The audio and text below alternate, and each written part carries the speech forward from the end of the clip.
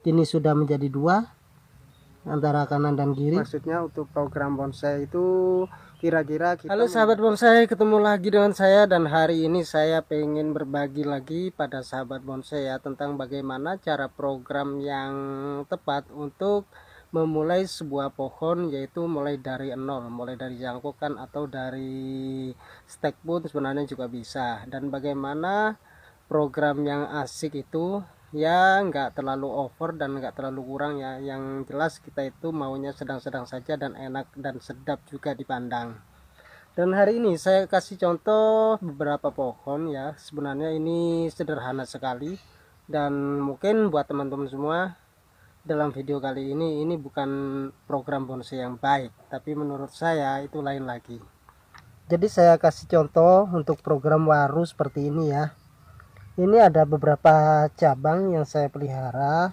Namun untuk perakaran di sini ada yang over. Nah, satu ini over ini. Ini waktunya potong ya.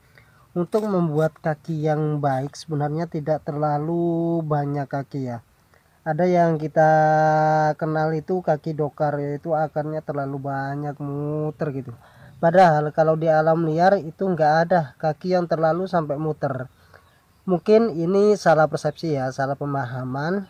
Dan yang sebenarnya adalah kaki itu 5 saja atau mentok lah, di 6 aja sudah cukup. Ini saya buat kaki muter, tapi ini nanti ada pemotongan lagi. Jadi enggak terlalu sampai rapet gini, enggak ya. Ini yang besar sebelah sini, ini dulu ini yang paling over, yang paling besar saya potong, kemudian ini sudah beranak lagi ya.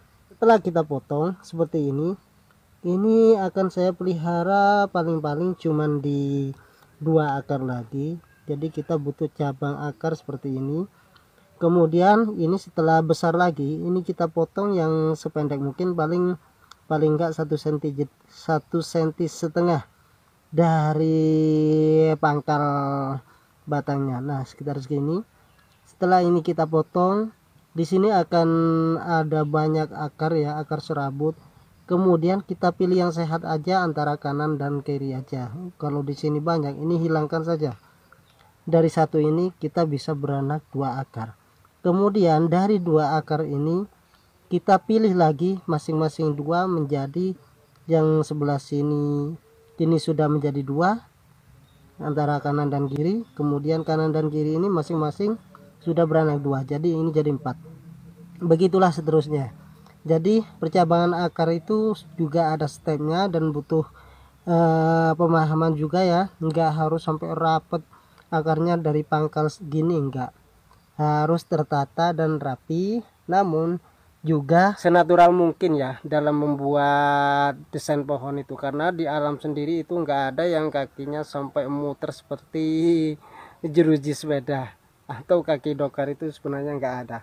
Kita bikin yang natural aja. 4 sampai 6 itu sebenarnya sudah kalau 6 itu sudah cukup banyak sekali.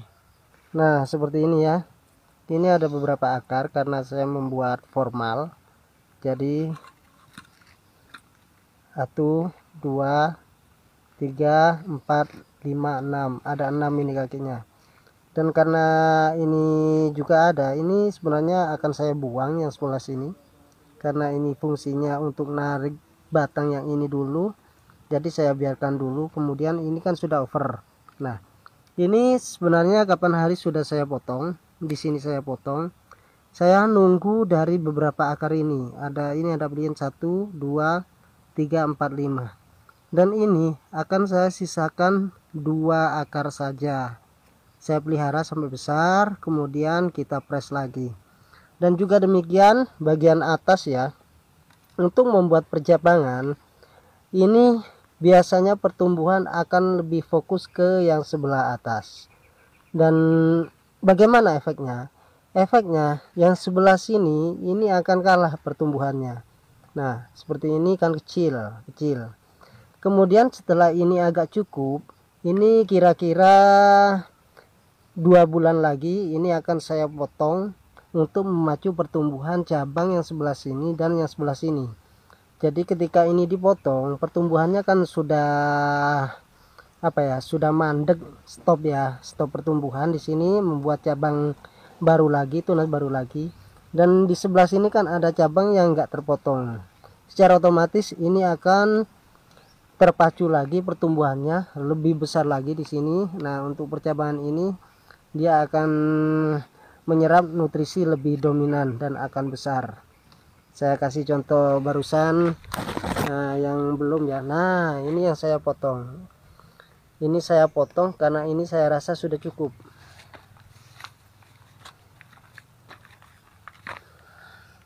Nah, ini kan sudah cukup besarnya. Saya pengen antara ini dan ini lebih besar lagi. Dan untuk akar, nah ini akar yang sudah saya pecah-pecah ya. Jadi tidak perlu banyak akar, cukup 1 2 3 4 5 dan 6 di belakang sudah cukup, enggak terlalu rapat. Jadi hasilnya nanti akan natural, enggak terlalu seperti dibuat-buat. Begitu juga percabangan. Ini kita harus sabar dulu nunggu yang ini sampai kira-kira ini saya butuh besarnya sekian. Sekitar 3 bulan lagi ini baru bisa potong dan kita nunggu tunas yang sebelah sini. Untuk waru ini sebenarnya cukup mudah sekali untuk memproses waru seperti ini dan juga seperti itu. Kita cuman butuh waktu sebentar ya. Kalau kita buat yang ukuran small ataupun medium itu untuk waru cukup cepat sekali pertumbuhannya. Saya rasa ini lebih cepat dari sancang kalau menurut saya, kalau waru ya. Karena mungkin dari segi daun dia cenderung lebar dan pertumbuhannya pasti akan lebih cepat lagi. Dan untuk penyakit, kalau waru ini sebenarnya sama seperti sancang, namun dia lebih tahan, lebih kebal. Kalau sancang di musim hujan seperti ini kan rusak. Tapi kalau waru itu tambah jos pertumbuhannya. Dan saya memilih waru ini karena mungkin ya saya nggak munafik ya, saya juga dagang di dunia bonsai, jual juga. Jadi kita butuh pemasukan atau omset yang namanya dari bonsai. Nggak mungkin saya harus mengkoleksi bonsai terus, nggak saya jual. Tapi kalau sudah bosen pasti saya jual, kemudian ganti yang baru. Tapi untuk teman-teman yang memang kendala di modal, baiknya itu tanam dari cangkok. Kita belajar program sendiri, kecuali banyak duit dan kita terburu-buru, itu kita bisa beli bahan yang sudah tangan-tanganan lengkap ataupun yang sudah agak jadi. Itu pun kalau punya duit dan terlalu terburu-buru ya. Tapi baiknya kalau kita ngebonsai itu harus sabar. Mending kita buat dari bahan dulu biar kita sambil belajar, kemudian manfaat dari bonsai itu kan banyak. Kita menguji kesabaran, kemudian apa ya, kita itu juga punya hiburan. Itu bagi saya pribadi dan semoga teman-teman juga. Bagi saya adalah saya menikmati apa ya, saya penikmat proses bukan bonsai jadi ya. Syukur-syukur kalau punya yang jadi itu memang alhamdulillah bisa kita tampilkan di pameran ataupun bisa kita jual lagi.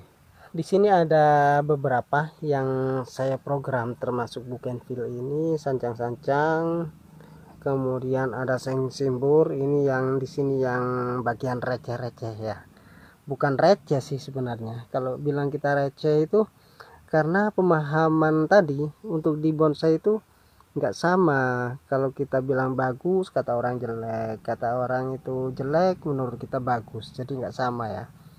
Ini saya akan targetkan di sekitar, kalau sudah setengah jadi ini di 3 tahun ke depan, jadi 2 tahun lagi ini sudah setengah jadi. Dan itu juga karena ini sudah umur 1 tahun, mulai dari cangkok segini ya, ini umur 1 tahun nyampe segini besarnya. Kalau di ground langsung ke tanah begini biasanya lebih cepat daripada kita harus pakai wadah seperti timba atau polybag yang enggak langsung ke tanah. Kalau langsung ke tanah kan yang jelas nutrisi itu lebih banyak lagi dan pertumbuhan lebih cepat terpacu. Dari segi cabang ataupun akar itu lebih cepat gede. Jadi seperti itu ya teman-teman dalam membuat bonsai dari program, dari bahan maksudnya. Untuk program bonsai itu kira-kira kita membutuhkan waktu kalau dari cangkok, menurut apa ya, pengalaman saya, untuk jenis waru sancang itu biasanya 3 tahun sudah bagus kalau kita membuat small. Tapi kalau kita membuat ukuran yang lebih besar lagi, itu akan membutuhkan waktu yang lebih lama lagi. Dan bagi saya bonsai itu sebenarnya tidak terlalu harus besar, enggak, karena itu adalah miniatur pohon besar di alam bebas yang dipengaruhi oleh lingkungan dan kondisi alam sekitarnya. Jadi yang namanya miniatur itu kan mininya, versi mini dari pohon besar di alam yang tua. Jadi kita semakin kecil itu sebenarnya semakin bagus. Jadi kalau besar itu biasanya kita untuk ganti media, kemudian ya butuh perawatan, itu kita butuh orang banyak. Jadi kalau kita punya kecil-kecil itu cukup kita sendiri aja. Oke sahabat bonsai, semoga bermanfaat ya untuk teman-teman semua, dan maaf karena pengetahuan saya sebatas itu aja, nggak lebih, karena juga masih banyak teman-teman yang lebih paham daripada kita-kita ya. Kita juga ini sharing-sharing, yang penting kita berbagi apa yang kita miliki, yang kita tahu aja. Oke, salam bonsai mania.